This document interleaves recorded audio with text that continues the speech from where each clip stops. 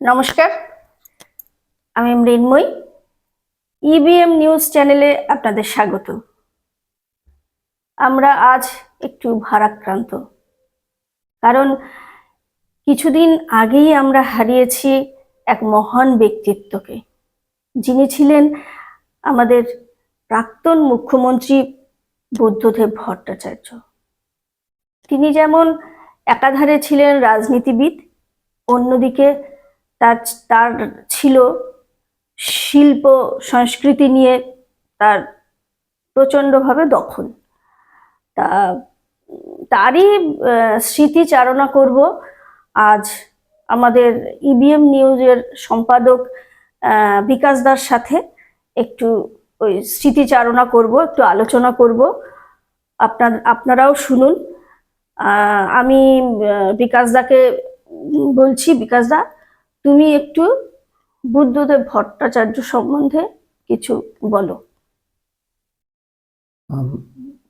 আমি আমাদের যে কালচারটা থাকে হিন্দুতে, যে তার আত্মার উদ্দেশ্যে আমরা শান্তি কামনা করি, সেটা তো বলতে পারবো না, কারণ বুদ্ধদেব বাবু তার নিজের দেহটা দান করে দিয়ে গেছেন। তার মানে আমরা যে হিন্দু মতে আমাদের পোড়ানো হয়, সেটা তো তিনি করেননি। তার পূর্বসূরি জ্যোতি বসুও ঠিক তাই, তার দেহ দান করে দিয়ে গিয়েছিলেন, যার জন্য তাদের সেই রকম সংস্কার হয়নি। পার্টির কিছু নেতা সেই দেহ, মরদেহ একটি মেডিকেল কলেজকে তুলে দিয়েছেন। মানে এইখানে রিসার্চটা হবে, এই যে দেহদান করা হয় কেন, এমন কোনো প্রত্যঙ্গ আছে যে হয়তো সেই প্রত্যঙ্গটা এখান থেকে নেওয়া হতে পারে, তাহলে এই মানুষটা বেঁচে যেতে পারে। একটা মানুষ, এটা একটা মহৎ উদ্দেশ্যে এটা দেহদান, চক্ষুদান আমরা দেখেছি। তো সেই জন্য আমি তার স্মৃতির উদ্দেশ্যে ওই শান্তি কামনা করলাম না, তবে তাকে নমস্কার জানিয়ে বলি, শ্রদ্ধা জানালাম। হ্যাঁ, শ্রদ্ধা জানালাম।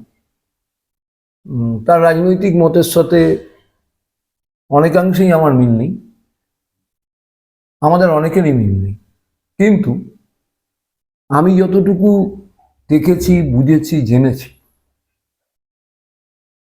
আমার কাছে বুদ্ধদেব বাবু আপাত মস্তক একজন সৎ লোক,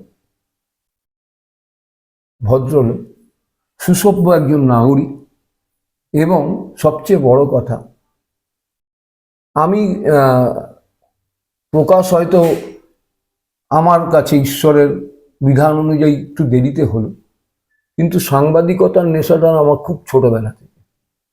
আমি প্রখ্যাত সাংবাদিক বিজয় রায়ের কাছে প্রথম যখন যাই, সিনেমার জন্যই যাই, কিন্তু তিনি সম্পর্কে আমার দাদু হন। তিনি আমাকে ব্যায়াম চর্চা বলে একটা পত্রিকায় লিখতে বলেন, বলে তুমি খালি লেখো, এখন লিখে যাও, পরে সিনেমা করবে। ব্যায়াম চর্চা মানে ব্যায়ামের চর্চা, সেটা শরীর চর্চা, সেটা পত্রিকা ছিল, মান্থলি বেরোতো।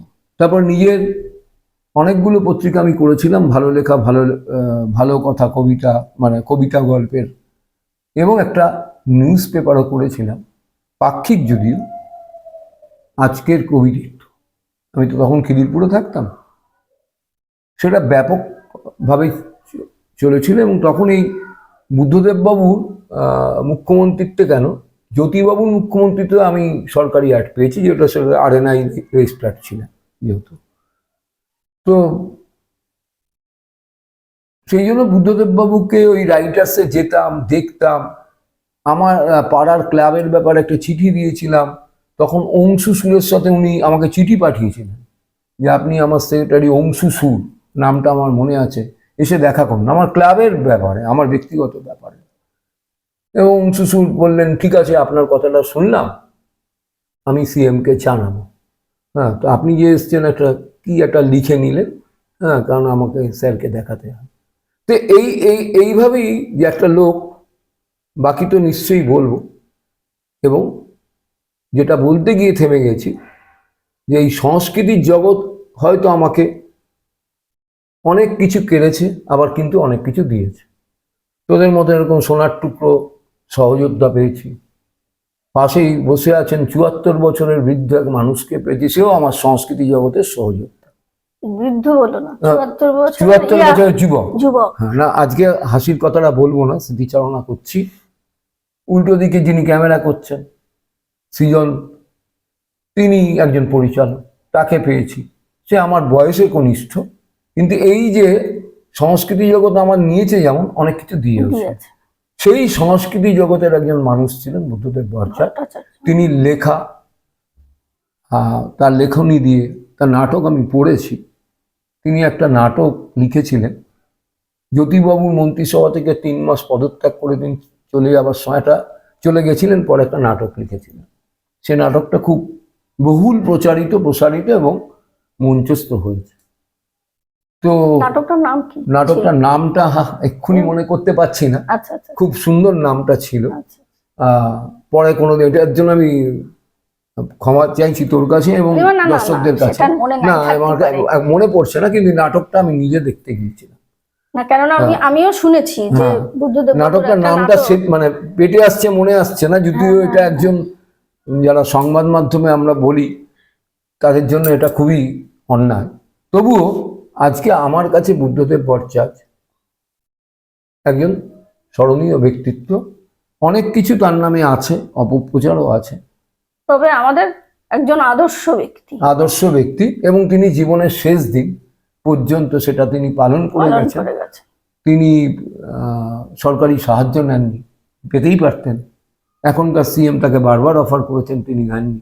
সেই একটা কুড়ে ঘরে লাস্ট জীবনে তিনি চোখেও দেখতে পারতেন না, দেখতে পেতেন না। একটা ঘরে লাইট জ্বলতো, সেখানেই থাকতেন তার স্ত্রী এবং তার মেয়ে সুচেতন। এখন সুচেতন নামটা ছিল তার সুচেতনা, লিঙ্গ পরিবর্তন করে সে সুচেতন হয়েছে, সেটা তাদের ব্যক্তিগত ব্যাপার। এই সুচেতন, তার স্ত্রী মীরাদি এবং বুদ্ধদেব ভট্টাচার্য, এই ছিল বুদ্ধদেব বাবুর ব্যক্তিগত জীবনযাত্রা। এবং সেটা আড়ম্বর ছিল না, সেটা অনাড়ম্বর ছিল। যে কোনো মানুষকে যেটা আকৃষ্ট করে, আমরা যারা লড়াই করি, তাদের যে কোনো মানুষকে এটা কিন্তু প্রথম আকৃষ্ট করে। লোকে বলে, এই তোমার প্যান্টের কোনো ইয়ে নেই, জামার কিন্তু নয়। মানে আমি একটা ছবি রেখেছিলাম, 2 পৃথিবী, সবাই দেখেছে হয়তো। উত্তম কুমার ছিলেন, বিরাট বড় বড় আর্টিস্ট ছিলেন, সুশীল মুখার্জি, সম্ভবত ভিক্টর ব্যানার্জির ডেবিউ ছবি ওটা, প্রথম ছবি, যতদিন মনে পড়ে। রঞ্জিত মল্লিক ছিলেন সেখানে। সুশীল মুখার্জি একটা খুব সুন্দর রোল করেছিলেন, বাবার পাঠ করেছিলেন। বলেছিলেন, সরলতা, সহজতা জীবনের মূল মন্ত্র। এবং এই ডায়লগটা তিনি একজন বড় সাংবাদিক উত্তম কুমার তাকে দিয়ে ভুলিয়েছিলেন। তো এই ব্যাপারে মানে হয়তো আমরা আরো পথ চলেছি। তো চলতে চলতে আমি যতটা পারবো স্মৃতিচারণা করব। কোনো এক মহিলাকে নিয়ে, তিনি নির্যাতিতা, সেই মহিলাকে নিয়ে মমতা বন্দ্যোপাধ্যায় রাইটার্সে গিয়েছিলেন। তখনকার চিফ মিনিস্টার বুদ্ধদেব বাবু ছিলেন পুলিশ মন্ত্রী, কিন্তু মুখ্যমন্ত্রী আর চিফ মিনিস্টার ছিলেন জ্যোতি বসু, এবং মমতা বন্দ্যোপাধ্যায় তখন কেন্দ্রীয় মন্ত্রী। মুখ্যমন্ত্রী সেই সময় বাড়িতে গিয়েছিলেন লাঞ্চ খেতে, দুপুরের খাবার খেতে। বুদ্ধদেব বাবু বারবার ফোন করেছিলেন জ্যোতিবাবুকে যে আমরা একজন কেন্দ্রীয় মন্ত্রীর সাথে আমরা কি দেখা করতে পারি না, উনি আপনার সঙ্গে দেখা করতে চাইছেন। উনি বলেছিলেন না, দেখা হবে না, অ্যাপয়েন্টমেন্ট ছাড়া জ্যোতিবাবু দেখা করেন না কারোর সাথে, এটা ওদেরকে জানিয়ে দিন। উনি অনেকবার রিকোয়েস্ট করার পরও জ্যোতিবাবু রাজি হননি। এখন জ্যোতিবাবুর মতো ব্যক্তিত্ব রাজি হননি, বুদ্ধদেব বাবুরও কিছু করার ছিল না, মমতা বন্দ্যোপাধ্যায়েরও কিছু করার ছিল না। সেটা কিন্তু একটা দুঃখজনক, এবং বাংলার ইতিহাসে, বাংলার রাজনৈতিক ইতিহাসে সেটা একটা কালো দিন। এই জন্যই যে মমতা বন্দ্যোপাধ্যায়কে সেদিনকে একজন মহিলাকে রাইটার্স থেকে বের করে দেওয়া হয়েছিল পুলিশ দিয়ে, তার চুলের মুঠি ধরে বার করা হয়েছিল, যেটা একটা কলঙ্কময় দিনও হয়ে গেল। অথচ বুদ্ধদেব বাবু দোষটা নিজের ঘাড়ে নিলেন, তিনি যেহেতু পুলিশ মন্ত্রী, তো এইভাবেই তিনি ট্র্যাজিক নায়ক। কিন্তু যদি কিছু দোষ করে থাকেন সেটা কিন্তু করেছিলেন জ্যোতি বসু, তিনি মুখ্যমন্ত্রী, তার স্বরাষ্ট্রমন্ত্রী তাকে বারবার অনুরোধ করা সত্ত্বেও তিনি সেটাকে করেন। এবং তিনি অনেক ঘটনা আছে কাশীপুর অঞ্চলে হাতকাটা দুলাল, যিনি সিপিআইএম করতেন, তিনি কিন্তু পার্টির ঊর্ধ্বে গিয়ে এই হাতকাটা দুলালকে শাস্তি দিয়েছিলেন। তার আগে মুখ্যমন্ত্রী মানে বুদ্ধদেব ভট্টাচার্যের মুখ্যমন্ত্রিত্ব কালে এক শাস্তি পেয়েছিলেন, যাবজ্জীবন কারাদণ্ডের মতো শাস্তি পেয়েছিলেন। তিনি বলেছিলেন আমি দল বুঝি না। দুলালবাবু তখন সিপিআইএমই করতেন বলেই এলাকার শোনা যায়, এবং ওখানকার একজন সিপিআইএম নেতা সেই দুলালবাবুকে মদত করতেন। তো তিনি গোয়ালা সাহেব বলেই আমরা জানি।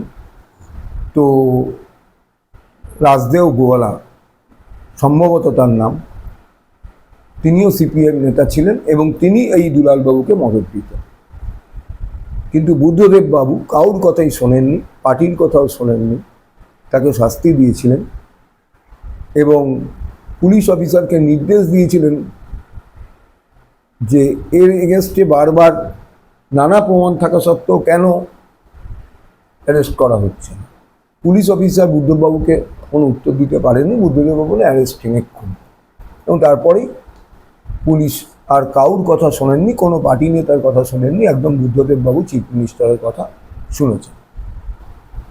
আমি এই মুখ্যমন্ত্রীর আমলে একজন ওসির কাছেও এরকম একটা ঘটনা শুনেছি, এই মুখ্যমন্ত্রী বর্তমান মুখ্যমন্ত্রী মমতা বন্দ্যোপাধ্যায়, সেটা আমার একটা পূর্বের এলাকার ঘটনা। সেখানে এক, আমি নাম বলছি না, এক তৃণমূল কংগ্রেস নেতা বারবার তাকে ছেড়ে দেওয়ার জন্য ওসির কাছে আবেদন করছিলেন। যে ওসি তাকে ডাইরেক্ট বললেন যে আপনার মুখ্যমন্ত্রী রাত 2টোর সময়, এটা আমাদেরও কিছু গোপনীয়তা অবলম্বন করতে হয়, আমরা যা খুশি তাই বলতে পারি না সংবাদ মাধ্যমে, তার নাম সেই জন্যই বলছি না, যে আপনার মুখ্যমন্ত্রী বলবেন ওকে অ্যারেস্ট করুন, আর আপনি বলবেন ছেড়ে দিতে, আমি কার অর্ডার শুনবো, আপনার মুখ্যমন্ত্রীকে জিজ্ঞেস করুন। ওসি কিন্তু মুখের উপর তার বলেছিল। এবং তাকে কলকাতার, তিনি কলকাতার ছেলে, ওটা আমি কলকাতা এলাকায় থাকতাম, তাকে রাজস্থান থেকে এই ওসি অ্যারেস্ট করে নিয়ে এসেছিল। তো যাই হোক, এই যে ঘটনা, এবং মুখ্যমন্ত্রীকে বলেছিলেন আমি আপনার অর্ডার রাখবো, আপনার কোনো দলের অনুগত বিশ্বস্ত কোনো নেতার রাখবো না। এই যে যখন মুখ্যমন্ত্রী, সে কিন্তু তখন কিন্তু যেমন বুদ্ধদেববাবু যখন মুখ্যমন্ত্রী হন তখন কিন্তু তিনি সিপিআইএম এর মুখ্যমন্ত্রী না, তখন কিন্তু তিনি মানুষের মুখ্যমন্ত্রী। যারা তাকে ভোট দিয়েছে তাদেরও মুখ্যমন্ত্রী, যারা তাকে ভোট দেয়নি তাদেরও তিনি মুখ্যমন্ত্রী। এটা অনেক সময় আমরা লঙ্ঘন করে ফেলি। তারপরে সিঙ্গুর আন্দোলন, বুদ্ধদেব বাবু পার্টির ঊর্ধ্বে গিয়ে সিঙ্গুর আন্দোলনে তিনি কি চেয়েছিলেন, তিনি কিন্তু প্রকৃতভাবে বাংলার বেকাররা যাতে চাকরি পায় সেটা তিনি চেয়েছিলেন, এবং সেক্ষেত্রেও তিনি ট্র্যাজিক হিরো। কেননা তার পার্টির লোকেরা নানাভাবে বুদ্ধদেব বাবুর বিরুদ্ধে কাজ করেছেন। রেজ্জাক মোল্লার মতো দলবিরোধী যারা দলটা অন্য দল বদল করেছেন, তৃণমূল কংগ্রেসের রেজ্জাক মোল্লা ছিলেন একজন কমিউনিস্ট নেতা, পরে তিনি তৃণমূল কংগ্রেসে জয়েন করেছিলেন, মন্ত্রীও হয়েছিলেন তৃণমূল কংগ্রেসের। সেই রেজ্জাক মোল্লারা ক্রমাগত বুদ্ধদেব বাবুর বিরুদ্ধে ছুরি ছানিয়ে গেছে। আজকে কিন্তু কথায় কথায় বলা হয় মমতা বেকার সমস্যার সমাধান করতে পারছে না। বুদ্ধদেব বাবু কিন্তু সেটা আগেই বুঝেছিলেন যে বেকারিত্বের জ্বালাটা কিভাবে পশ্চিমবঙ্গে গ্রাস করবে। তাই তিনি কিন্তু চেষ্টা করেছিলেন, ভুল থাকতে পারে পদ্ধতিতে, জমি নেওয়াকে ভুল থাকতে পারে, কিন্তু তিনি কিন্তু সত্যিকারে বেকারদের চেষ্টা করেছিলেন। তো এই বুদ্ধদেব বাবু কালকে চলে গেছেন এবং তিনি আমাদের পৃথিবী থেকেই চলে গেছেন বহু দূরে। আমি শুধু এইটুকুই বলবো আমি নানা আলোচনায় নানা বিষয়, এবং বুদ্ধদেববাবু শুধু একজন রাজনৈতিক নেতা ছিলেন না, শুধু একজন মুখ্যমন্ত্রী ছিলেন না, সবচেয়ে বড় কথা বুদ্ধদেব বাবু একজন সাংস্কৃতিক আমি কর্মী ছিলেন এটাই তোমাকে প্রশ্ন করতে এবং চাইছিলাম। প্রেসিডেন্সির ছাত্র ছিলেন, প্রেসিডেন্সি কলেজের ওইটা মতো নিয়ে জায়গা। একটু তো বলা। সেই সাংস্কৃতিক কর্মীকে আমরা হারালাম, একজন সংস্কৃতি মনের মানুষকে আমরা হারালাম। ভুল ত্রুটি সবারই আছে, আমারও আছে, আপনারও আছে, আমার পাশে সঞ্চালিকা বসে আছেন তারও আছে, প্রত্যেক মানুষেরই ভুল ত্রুটি আছে। কিন্তু মানুষ বুদ্ধদেব ভট্টাচার্য একদম আমার কাছে একজন আদর্শ মানুষ, একজন শিক্ষিত মানুষ, সৎ মানুষ। আমি শুধু এইভাবেই তার শ্রদ্ধা জ্ঞাপন করছি। ভালো থাকুন বুদ্ধদেব বাবু, আপনি যেখানেই থাকুন সুখে থাকুন, ভালো থাকুন, শান্তিতে থাকুন। আসলে কি, এরা তো চলে যান কিন্তু কাজের মধ্য দিয়ে তারা বেঁচে থাকেন। তাই আমি মনে করি এই সব ব্যক্তিত্ব কখনো তাদের মৃত্যু হয় না, কিন্তু তার মানে অস্তিত্বটাকে আমরা আর উপলব্ধি করতে পারবো না। পারবো। এটাই হচ্ছে ব্যাপার। ওই নশ্বর, জীবন নশ্বর, নশ্বর, হ্যাঁ। সেটা যাবেই, সেটা কিন্তু যাবে, তার কাজই পড়ে থাকবে। কাজই প্রমাণ করে দেবে। নমস্কার, ভালো থাকুন, আমাদের চ্যানেলের পাশে থাকুন, দয়া করে লাইক করুন, কমেন্টস করুন, শেয়ার করুন এবং সাবস্ক্রাইব সাবস্ক্রাইব করুন। করুন। এইটুকু আমাদের অনুরোধ, আমাদের পাশে থাকুন, আমরা আপনাদেরকে বঞ্চিত করব না। নমস্কার। নমস্কার।